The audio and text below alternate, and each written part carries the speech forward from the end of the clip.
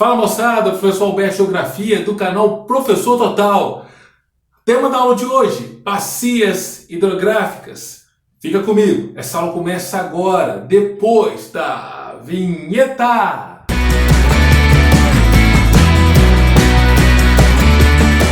Moçada, para o uso da água, o consumo da água por parte dos seres humanos, nós extraímos de três fontes principais. Quais são elas? As águas subterrâneas ou reservas subterrâneas, as águas superficiais e as águas dos oceanos. Sobre esta última, existe algo que dificulta o seu uso, que é a salinidade, o teor de sal das águas dos oceanos.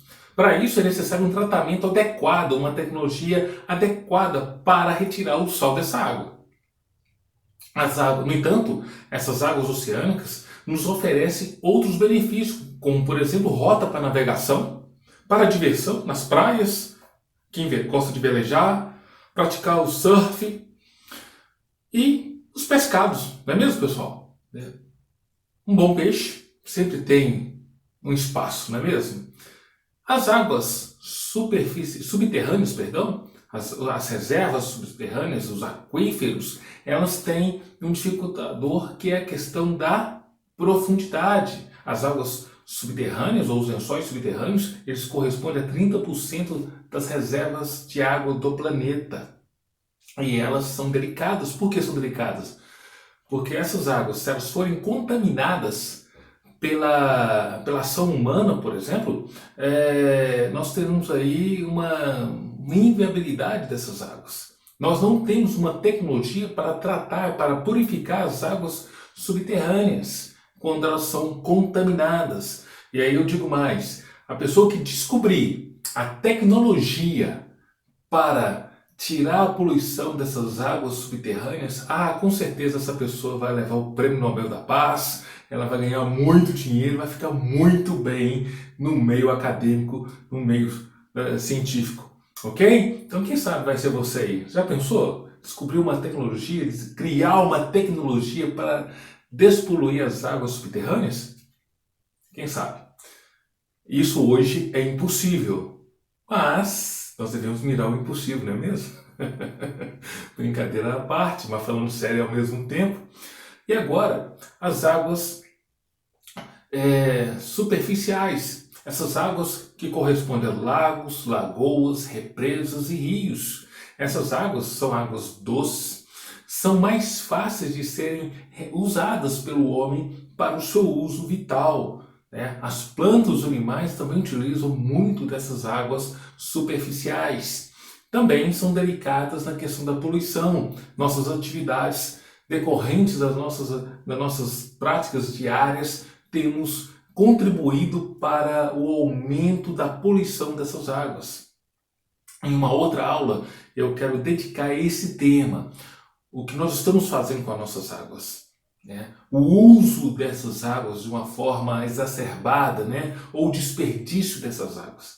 Nós vamos falar sobre isso tratando a crise da água, que é um tema muito relevante e que recorrentemente ele vai para o Enem, vai para as questões tipo Enem, vão para os vestibulares em geral, ok? Nós vamos tratar isso à parte em um outro vídeo, anota aí, depois você me cobra, beleza?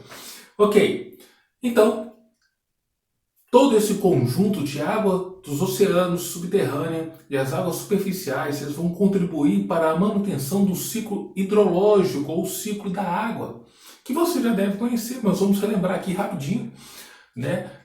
O ciclo hidrológico ele acontece a partir da radiação solar.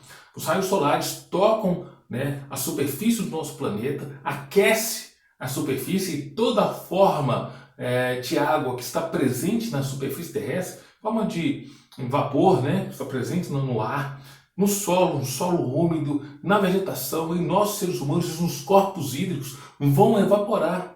E à medida que ganha altitude, a temperatura vai caindo, as moléculas de H2O de água que estão em suspensão vão começar a aglutinar, a condensar, ganham tamanho, massa, por causa da gravidade, vai precipitar. A precipitação ela vai ocorrer normalmente em forma de chuva. Em alguns lugares do mundo dependendo da latitude, pode acontecer em forma de neve, ok?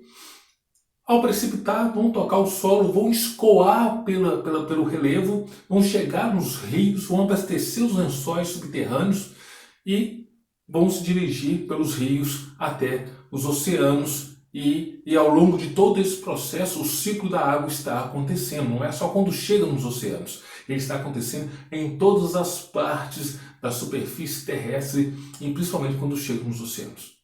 Ok? Perfeito? As águas que estão presentes nas florestas, por exemplo, vão para a atmosfera através ou por meio da evapotranspiração. A vegetação vai transpirar e vai evaporar. Outra maneira da vegetação liberar água para a atmosfera é através da realização da fotossíntese. Nós, seres humanos, através da transpiração, e principalmente nos nossos dejetos, com a urina e as fezes, também eliminamos água.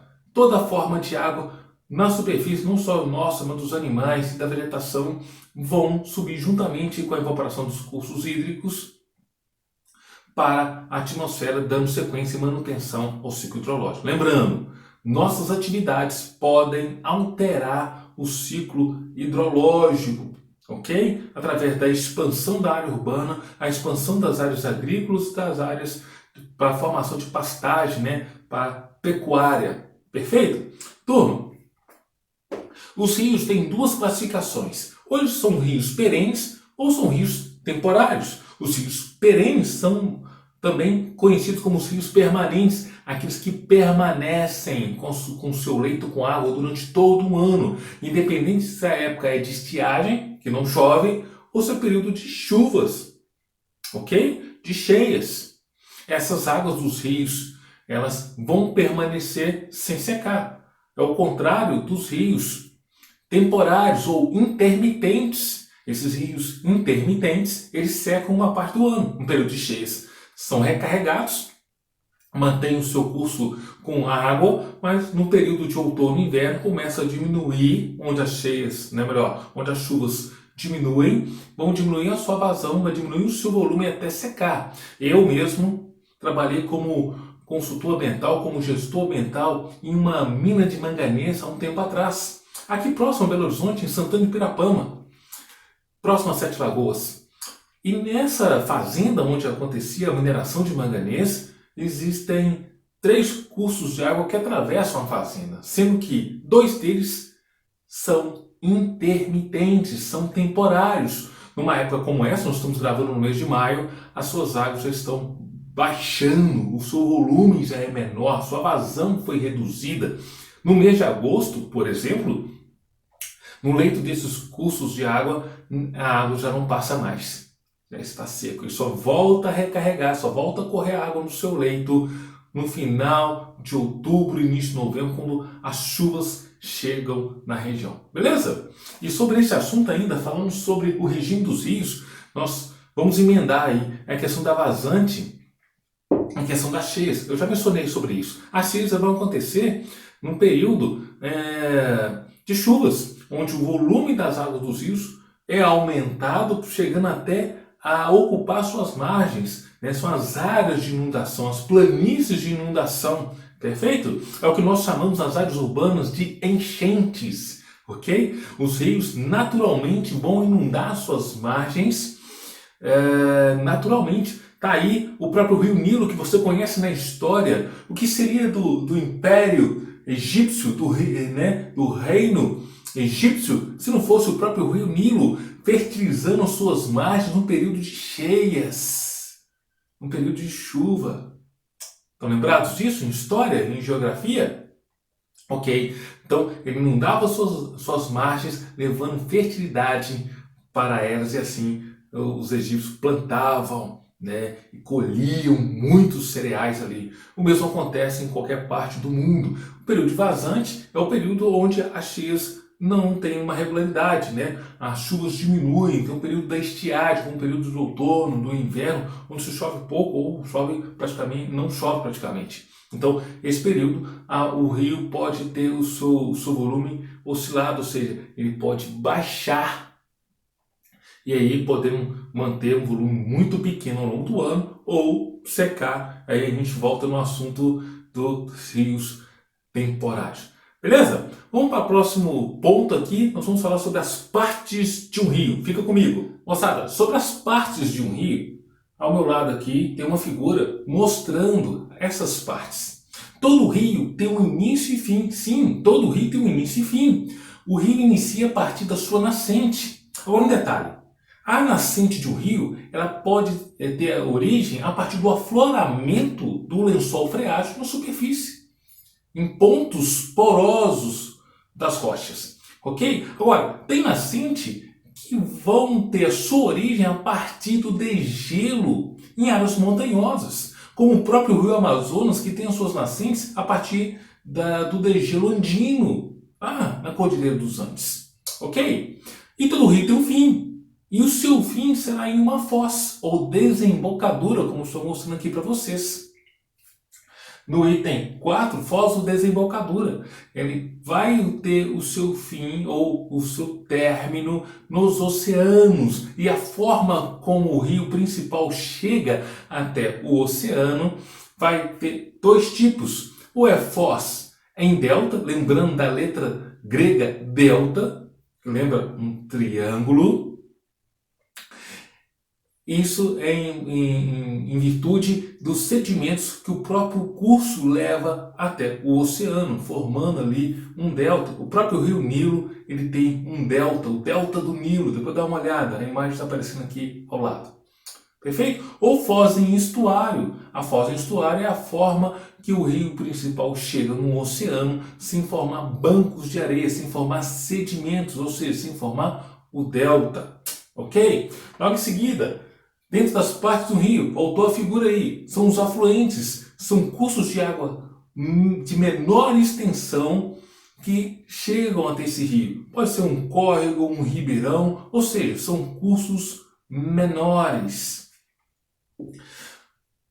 Outro detalhe são os lagos. Os lagos são formados a partir de uma depressão no relevo, por onde passa um rio principal, né, ou passa um afluente desse rio e de alguma maneira pode abastecer esse lago, ou o lago é formado naturalmente ao longo do leito, ao longo do curso desse rio principal.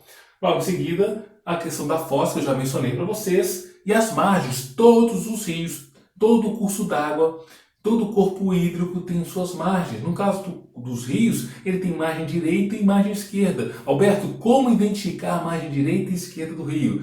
Muito simples, vai a partir da nascente até a foz. Você está descendo o rio, da parte mais alta para a parte mais baixa, ok? Porque as nascentes ficam nas partes mais elevadas.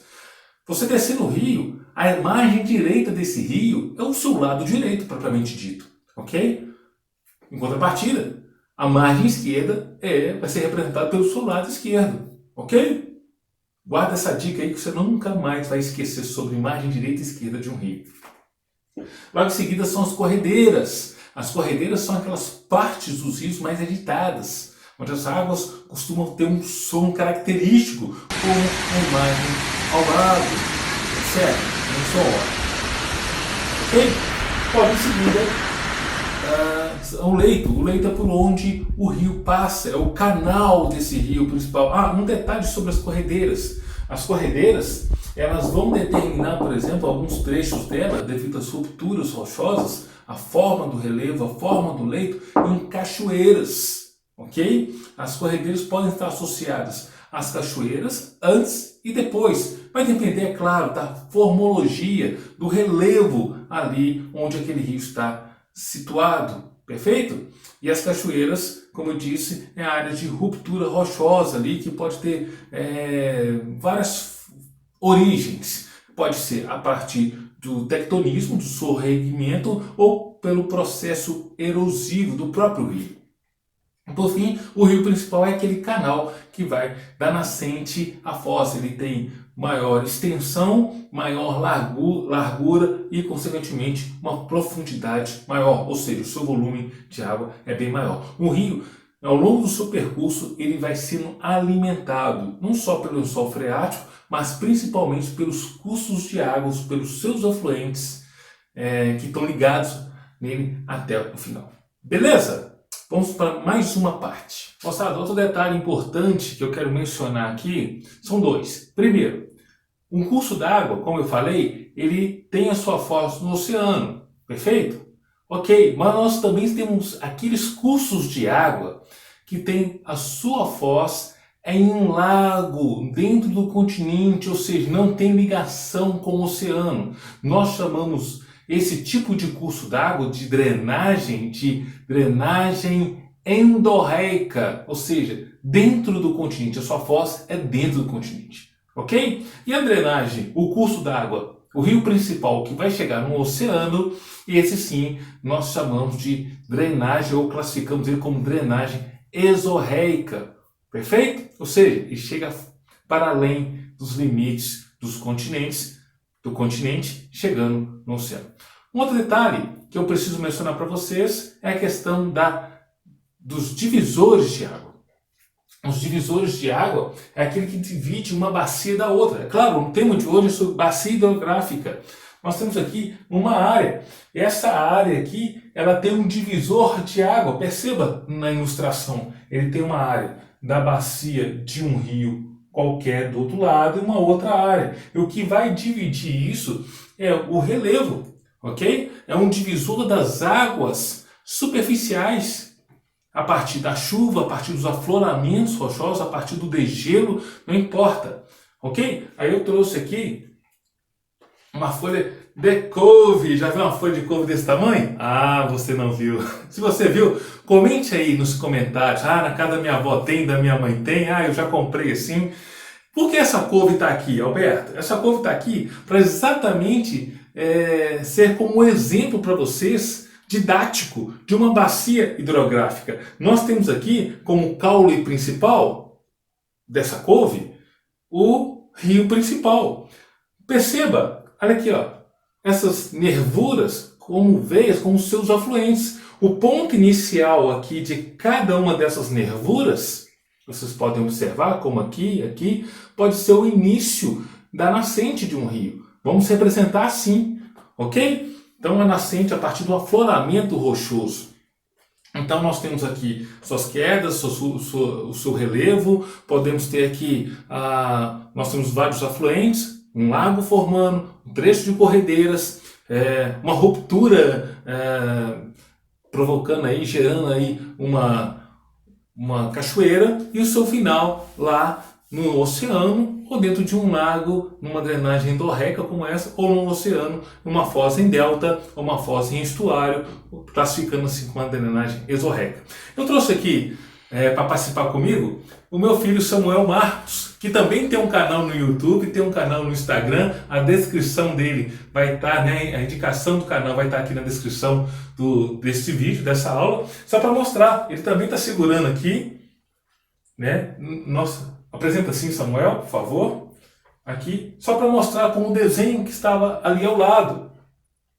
Eu tenho aqui duas bacias hidrográficas, só que essa parte aqui e essa parte aqui, onde nós estamos colocando aqui, vai funcionar como um divisor de água. Pode ser aqui uma serra, uma montanha, uma cordilheira, perfeito? Então nós temos a bacia, vamos chamar assim, a bacia hidrográfica do rio Samuel e a bacia hidrográfica do rio Alberto, ok? Então nós temos aqui duas bacias representadas aqui pela folha de couve. Didático, não é mesmo? Já pensou nessa? Samuel, agora guarda, porque vai servir para o nosso almoço amanhã. Quem sabe um tropeiro? Um tropeiro. Beleza, pessoal? Agora nós vamos para as bacias hidrográficas do Brasil. Pessoal, e para finalizarmos esta aula, eu quero detalhar um pouquinho sobre as regiões hidrográficas do Brasil, como estão aparecendo agora neste mapa. Quero dizer também que o Brasil ele retém cerca de 12% da água do mundo. 70% está localizado na região amazônica, região da floresta amazônica, do rio Amazonas e seus afluentes. Ok? Só que lá na região amazônica tem em torno de 8% da população brasileira residindo nessa região, nessa bacia hidrográfica. Grande ou mega bacia hidrográfica. Na região do Nordeste, nós temos aí em torno de 5%, ela retém 5% das águas do território brasileiro, com uma população de 27%. Agora, da região brasileira, do território brasileiro, cerca de 70% da água é utilizada na agricultura, uma atividade econômica que mais cresce até mesmo pelo uso intenso de fertilizantes, de adubos químicos que, querendo ou não, acabam contaminando as águas superficiais e as águas subterrâneas, beleza? Agora, veja comigo aí que nós vamos individualizar as regiões hidrográficas brasileiras. São 12 regiões hidrográficas. Acompanhem comigo. Vamos lá, pessoal. Região hidrográfica amazônica, constituída pela bacia do Amazonas e as bacias da Ilha do Marajó e do Amapá. É considerada a maior região hidrográfica do planeta, responsável por escoar a água de uma área de mais de 6 milhões de quilômetros quadrados. Compreende praticamente a metade do território brasileiro, apresentando o maior potencial para a geração de energia elétrica e características favoráveis para o transporte hidroviário fluvial. Esta região se estende por Bolívia, Peru, Equador, Colômbia, Venezuela e Guiana. O principal rio é o rio Amazonas e o maior do planeta em extensão, largura e volume d'água. O rio Amazonas corre quase em paralelo à linha do Equador. Assim, possui afluentes que nascem tanto no hemisfério norte quanto no hemisfério sul. O verão ocorre de forma alternada nos dois hemisférios. Essa característica, combinada com o fato de receber águas da parte do degelo andino e de chuvas, justifica a classificação da bacia do Amazonas como a maior do mundo. Agora, a região hidrográfica do Tocantins-Araguaia. Anote aí. Constituída pela bacia do Tocantins. Nela se destacam os rios Tocantins e Araguaia. A região hidrográfica do Tocantins-Araguaia apresenta uma área de mais de 918 mil quilômetros quadrados e abrange os estados de Goiás, Tocantins, Pará, Maranhão, Mato Grosso, além do Distrito Federal.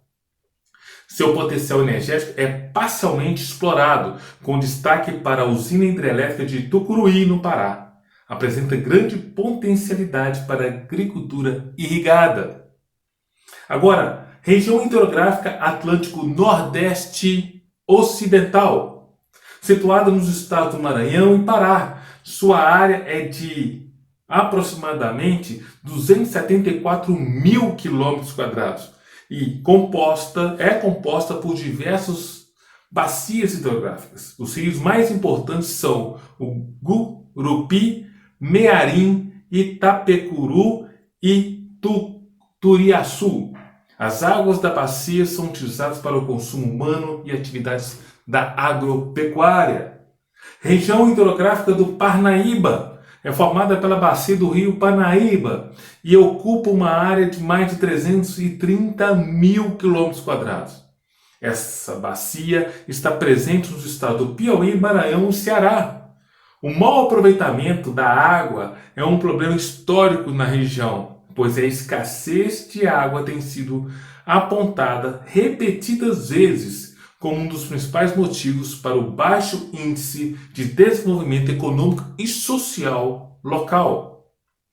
Região hidrográfica do Atlântico Nordeste Oriental apresenta uma área de 286.802 quilômetros quadrados. Atravessa os estados do Piauí, do Ceará, do Rio Grande do Norte, da Paraíba, de Pernambuco e de Alagoas. Os principais rios são o Capibaribe, o Paraíba e o Jaguaribe. Nesta região, podem ser encontrados grandes núcleos urbanos e um parque industrial significativo. É formado também por diversas bacias que atravessam o sertão nordestino. Muitos dos seus rios secam, por isso são chamados de temporários ou intermitentes. Nós vimos isso nesta aula. Volta o vídeo se você ainda tem alguma dúvida. Região hidrográfica do São Francisco, constituída pela Bacia do São Francisco. Abrange os estados da Bahia, de Minas Gerais, de Pernambuco, de Alagoas, de Sergipe, de Goiás, além do Distrito Federal. Apresenta mais de 640 mil quilômetros quadrados de área. Importante meio de ligação entre as regiões Nordeste e Sudeste. Essa bacia apresenta trechos navegáveis, potencial hidrelétrico e áreas irrigadas, além de grande potencial para o desenvolvimento turístico. O São Francisco é o principal rio perene que atravessa o sertão nordestino. Por isso, o governo brasileiro começou, em 2007, o projeto de transposição do São Francisco. O projeto consiste em bombear a água do São Francisco para os rios temporários da rede do Atlântico Nordeste Oriental. Porém, a transposição é alvo de críticas de ambientalistas e de moradores ribeirinhos. Região hidrográfica Atlântico Leste contempla as capitais dos estados de Sergipe e da Bahia, alguns grandes núcleos urbanos e um parque industrial significativo. Apresenta uma área de mais de 380 mil quilômetros quadrados, formado por bacias que escoam para o leste do Atlântico, os rios Jequitinhonha, Mucuri e Salinas. Esses se destacam na região. Bacia hidrográfica Atlântico Sudeste apresenta uma área de mais de 210 mil quilômetros quadrados e é formada por diversas bacias, como a dos rios Doce, Itapemirim e Paraíba do Sul. É reconhecida pelo elevado contingente populacional e pela importância econômica de sua indústria, pois é a área mais urbanizada do país. Abrange os estados de Espírito Santo, de Minas Gerais, do Rio de Janeiro e de São Paulo, além do Paraná. Essas são áreas com intensa e mal planejada urbanização e por isso sofre com a poluição. Região hidrográfica do Paraná apresenta uma área de mais de 870 mil quilômetros quadrados.